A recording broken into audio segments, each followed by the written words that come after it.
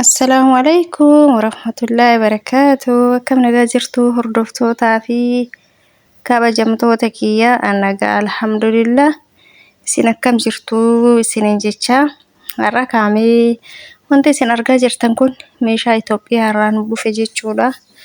Innis maali? Bassoo, barbarree, shiroo, midhaan marqaa, akkuma argitan buna. Xeenaddaamiin isin hafnee sigaa maxxabashaanis isin hafnee akkuma argitan ka waan biyya ofii kana nama yaachisa. Akkanatti isiniin jenna hedduun keessan akka hawwitan akka yeroo dheeraa irraa turtan beekamaadha jechuudha. Akkuma argitan kanoo asitti xeenaddaamii jabanaanis jira kun wannummaan hafe hin jiru isiniin jedha. Wannummaan hafe hin jiru. Itoophiyaa bicha kaafnee fidin malee. Kana akkas isiniin jenna baay'een keessan jechuudha. Akka hawwitan akka waan biyya keessanii hawwitan beekamaadha jechuudha. Asumaan itti boortan isinillee jenneeti isinii waraabaa jira.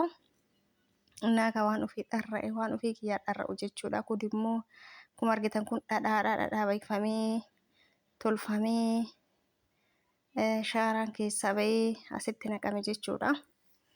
Innaa akkasii ijoolleen baay'een immoo nu dhoorginu laata jettanii warri sodaattan hin jirtan jechuudha. Deemachuuni kunillee asitti harcee xaafiiti. Innaa hin sodaatinaa. Kun immoo asitti baaqelaa dheedhii akkuma argitan ka tushtushii godhachuuf hin jiraami. Bakka kufeen harka. Akkasii isin jedha waanuma hambisen qabu jechuudha. Waa hedduu fide jechuudha. Inni kun immoo garbuudha akkuma argitan kenneettoo. Akkasii yeroo ayyaanaa waan biyya ofii hawwanii asitti immoo ataraadha jechuudha. Atara dheedhiidha asittis ka bilchaate shiroon dhufadhe na hanqatee dheedhiillee fuudhee fide jechuudha. Naan beeytanii warri tushtushii jaalattan. Inni akkas isiniin jedha asitti immoo qorsoodha. Kun immoo qorsoon kabanatti akaamee tolfame jechuudha. Kaanillee kashigii sanillee bitee ture. Inni akkas isiniin jedha obboleeyyan kiyya. Warri wayiin deemachuu sodaattan deemadhaanii wanni isin dhoorgu tokko hin jiru. Warri galtanii deebitan warri sodaattan hin jirtanii sodaatina. Amma xeenaddaamii waan akka baalaa kana fa'a maan nuun jedhin waan biraati nuun jedhinnu yoo as geenne kacaatii fa'a nuun jedhinnu nu qabinnu warra jedhan fa'a jira ijoolleen jechuudha. Kuni beekamaadha wanni badaa fi wanni gaarii beekamaadha jechuudha. Asittillee barbaree lama fide jechuudha. Asitti shiroo barbaree kunis as keessa jiru. Waan isin ajaa'ibu immoo feestaalii waan dhoorgameef yookaan feestaaliif naqabinnu yoo riipoortii keessa jedhee sodaataa jechuudha. Wallahi sodaata.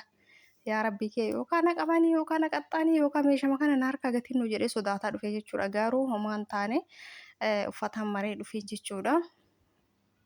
Yaa uffanni kiyya akka jiruun barbaree dha'us. Ana akkasina isiniin jedha. Kana laalaa akka garuu haga fuudheenii deeme hin gaabbe jechuudha. Akkami gaabbite yoo jettan shaanxaa gurraraan jalaa cite.